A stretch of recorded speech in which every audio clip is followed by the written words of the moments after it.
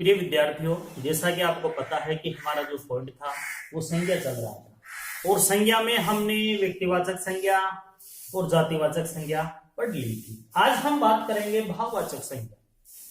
आज की जो संज्ञा है वह है भाववाचक संज्ञा। भाववाचक संज्ञा में हम पढ़ते हैं कि जिन संज्ञा शब्दों से किसी व्यक्ति जिन संज्ञा शब्दों से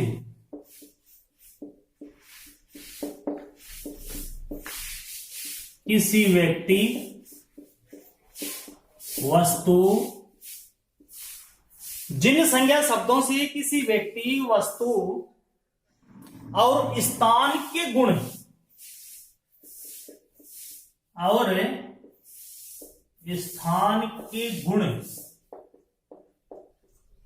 जिन संज्ञा शब्दों से किसी व्यक्ति वस्तु और स्थान के गुण दोष धर्म अवस्था और भाव दोष धर्म अवस्था और स्थान के गुण दोष धर्म अवस्था और भाव आदि का बोध हो, अवस्था और भाव आदि का बोध हो, उसे भाववाचक संज्ञा कहते हैं। हाँ, तो विद्यार्थियों हमने क्या पढ़ा कि जिन संज्ञा शब्दों से किसी व्यक्ति वस्तु स्थान गुण दोष धर्म अवस्था और भाव आदि का बोध हो, उसे हम भाववाचक संज्ञा कहेंगे। जैसे लंबाई बुढ़ापा,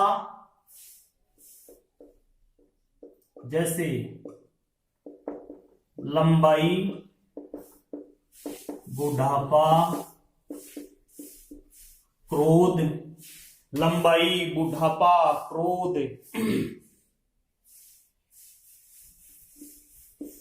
करुणा, दया, मिठास आदि।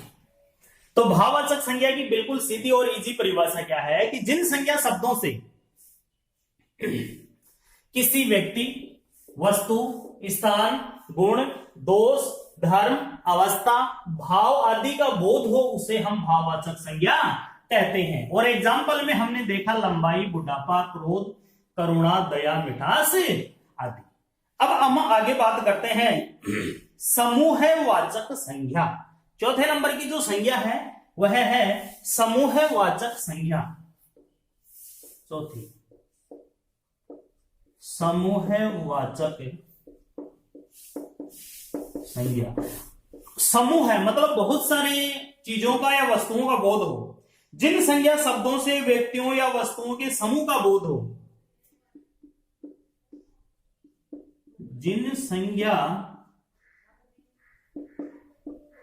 शब्दों से व्यक्तियों या वस्तुओं का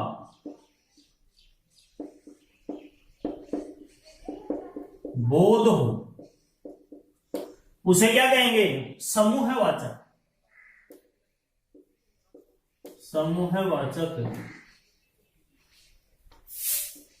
संज्ञा कहा जाता है। हमने समूहवाचक संज्ञा की परिभाषा क्या देखी कि जिन संज्ञा शब्दों से व्यक्तियों या वस्तुओं के समूह का बोध हो, उन्हें समूहवाचक संज्ञा कहते हैं। जैसे एग्जाम्पल में हम देखें, जैसे सभा किसी एक व्यक्ति से नहीं बल्कि बहुत सारे व्यक्तियों से मिलकर के बनती है, तो इसमें बहुवचन का सा बोध हो रहा है, बहुत से व्यक्तियों का सा बोध हो रहा है। जैसे सभा, कथा, दल, सभा, कथा, दल, सेना, सेना, भीड़, मंडली आदि। तो समूहवाचक संज्ञा में हमने क्या देखा कि जिन संज्ञा शब्दों से व्यक्तियों या वस्तुओं का बोध हो, बिल्कुल सीधी सी परिभाषा है, जैसा नाम वैसा काम। नाम क्या है? समूहवाचक। समूह जो है वो किसी एक व्यक्ति से नहीं मिलता है, बल्कि 1 बराबर 2, तो ये क्या कहलाता है? समूह।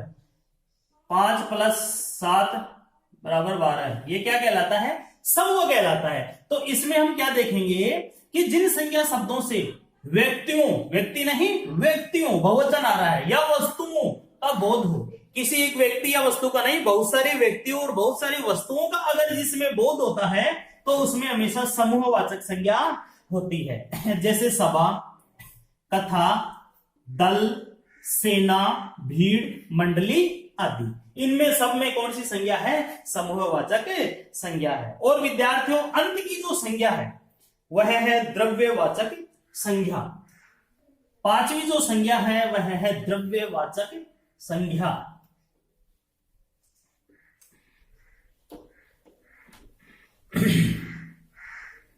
पांचवें नंबर की संज्ञा की बात करते हैं। 5वें नंबर की संज्ञा है द्रव्यवाचक संज्ञा। द्रव्यवाचक संज्ञा, तो द्रव्य का मतलब होता है लिक्विड, तरल पदार्थ।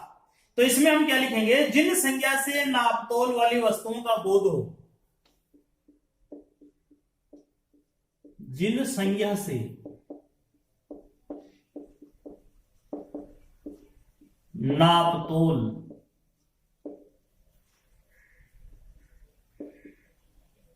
वाली वस्तुओं का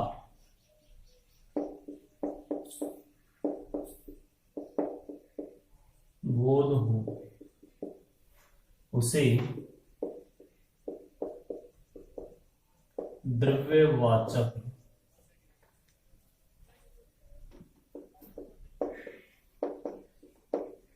संज्ञा कहा जाता है। बिल्कुल सीधी सी और इजी सी परिभाषा है कि जिन संज्ञा से नापतोल वाली वस्तु नहीं बल्कि वस्तुओं का बोध हो, ज्ञान हो, उसे हम द्रव्यवाचक संज्ञा कहते हैं। और एग्जाम्पल में हम देखते हैं कि जैसे सोना,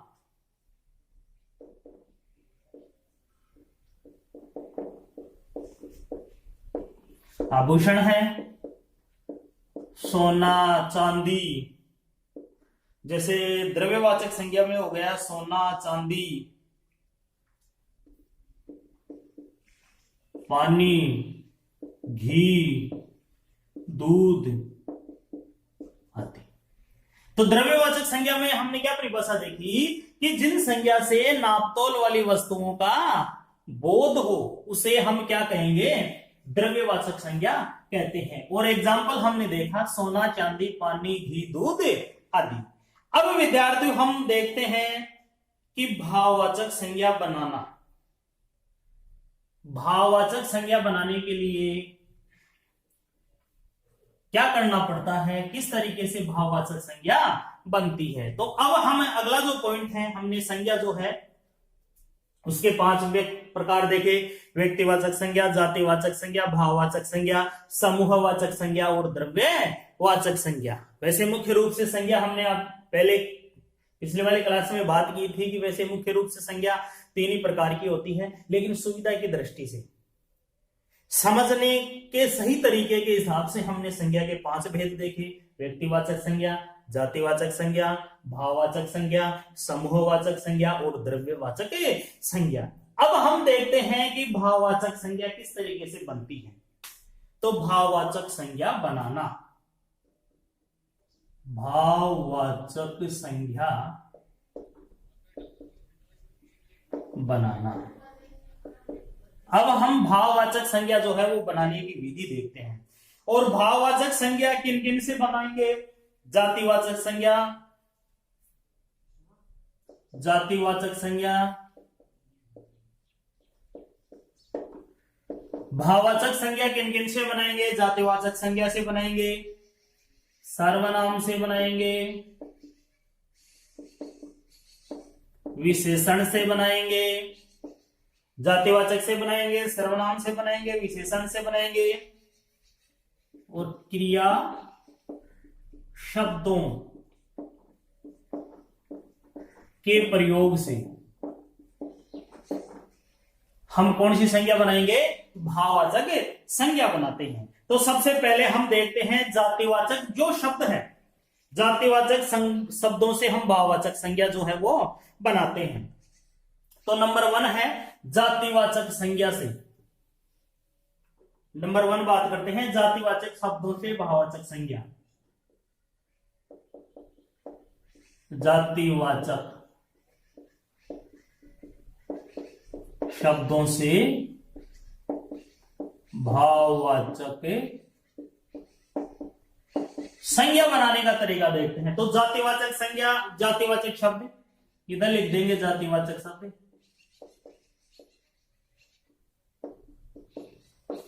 इधर हमने लिख दिया जातिवाचक शब्द और इधर लिख देंगे भाववाचक शब्द।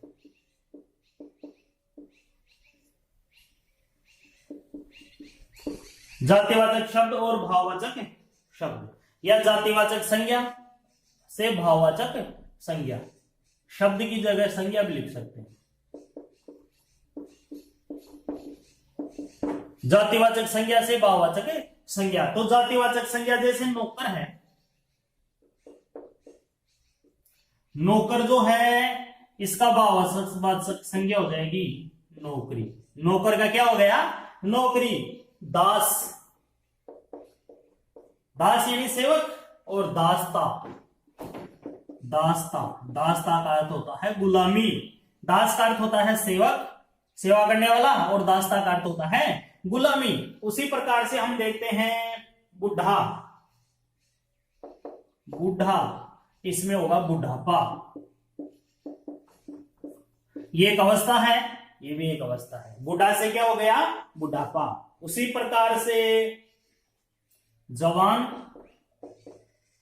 जवान का क्या हो जाएगा? जवानी। तो विद्यार्थियों हमने जातिवाचक शब्दों से भाववाचक संज्ञा बनाया, या फिर जातिवाचक संज्ञा से भाववाचक संज्ञा हमने बनाई। अब हमें दूसरा देखते हैं सर्वनाम शब्दों से भाववाचक संज्ञा कैसे बनाती हैं। दूसरी हम बात करते हैं सर्वनाम शब्दों से भाववाचक संज्ञा बनाना। नंबर 2 की बात करते हैं सर्वनाम शब्दों से। नंबर 2 पे देखते हैं सर्वनाम शब्दों से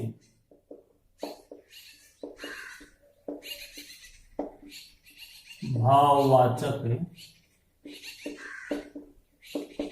संज्ञा बनाना। शब्द को पता है कि संज्ञा के स्थान पर जो शब्द प्रयुक्त होते हैं उनको हम सर्वनाम शब्द कहते हैं। अब सर्वनाम शब्द से भाववाचक संज्ञा, तो इधर हम लिखेंगे सर्वनाम शब्द और इसका भाववाचक संज्ञा क्या होगा। जैसे हम बात करें पराया, पराया यानी दूसरा, और इसका हो जाएगा परायापन। पराया का क्या हो जाएगा? भाववाचक संज्ञा परायापन। उसी प्रकार से हम बात करते हैं सर्व, सर्व यानी सभी, और सर्वस्व यानी सब कुछ, सर्वस्व यानी सब कुछ। सर्व जो है वह सर्वनाम है और सर्वस्व है वह है भाववाचक संज्ञा। उसी प्रकार से हम देखते हैं निज, निज यानी अपना, निजत्व,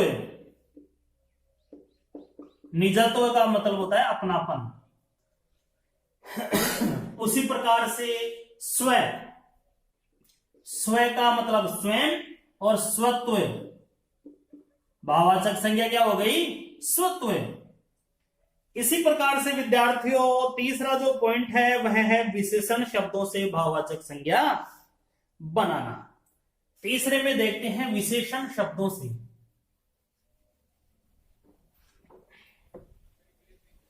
विशेषण शब्दों से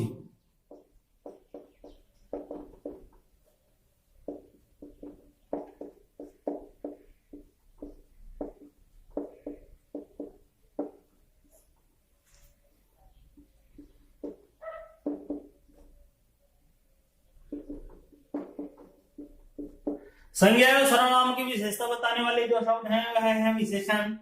अब विशेषण शब्दों से भाववाचक संज्ञा कैसे बनते हैं? जैसे है हरा,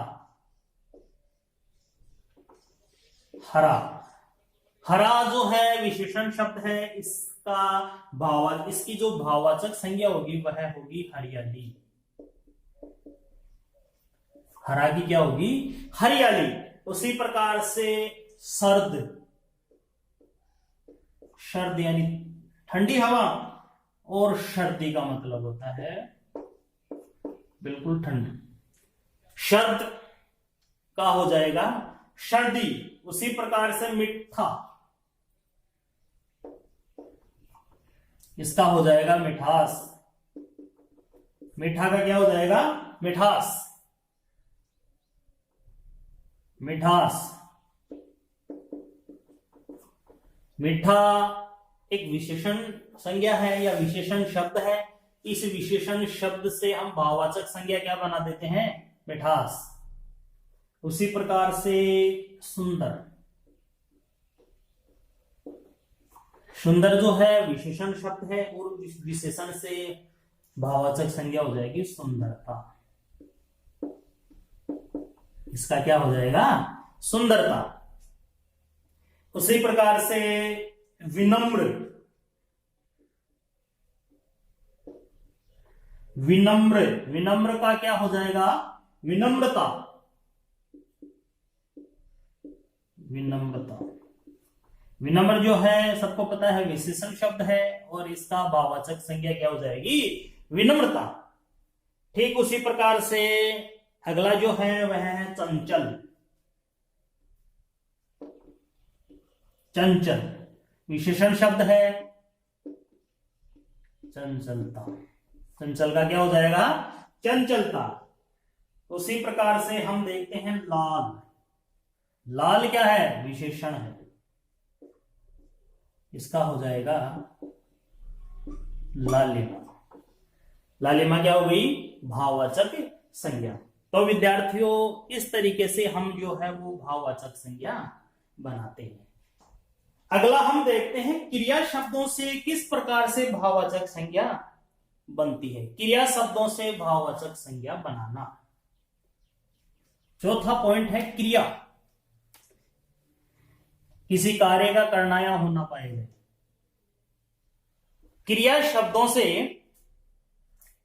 भाववाचक संज्ञा बनाना। चौथे नंबर की है क्रिया शब्दों से, क्रिया शब्दों से भाववाचक संज्ञा बनाना।